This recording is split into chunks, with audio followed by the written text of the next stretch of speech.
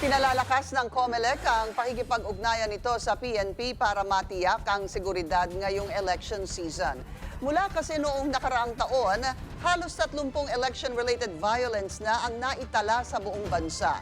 Nagbabalik si Joash Malimban para sa detalye. Mas paiigtingin ng Commission on Elections at ng Philippine National Police ang pagsasawata sa mga armadong grupo ngayong 2025 elections, lalo na sa Bangsamoro Region. Yan ang sinabi ni COMELEC Chairman George Garcia matapos ang isang closed-door meeting kasama si PNP Chief Romel Marbil sa Campo Crame. Aniya, layon daw ng meeting na mas palakasin pa ang koordinasyon ng PNP at ng COMELEC.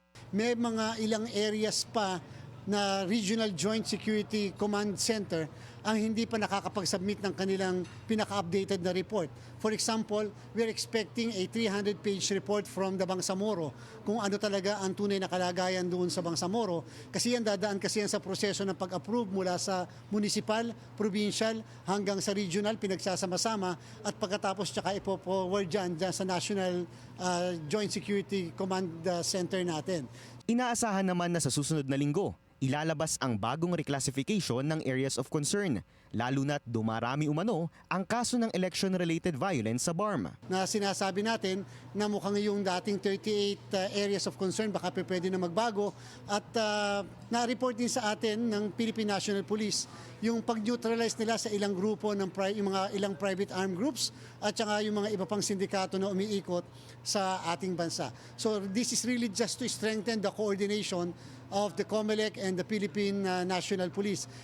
Mula October 2024 hanggang sa pagsisimula ng Marso, halos 30 na ang naitalang election-related violence. Wala pa riyan ang datos ng 6 na rehiyon sa bansa.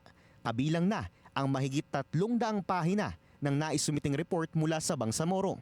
Una nang inilabas ng COMELEC nitong January na 32 out of 38 ng areas of concern sa ilalim ng red category ay sakop ng BARM. Ayon kay Garcia, pwede pa itong madagdagan. At kung mas lalala pa raw ang sitwasyon sa mga lugar na ito, posible ang pagsasailalim ng ilang lugar sa COMELEC control.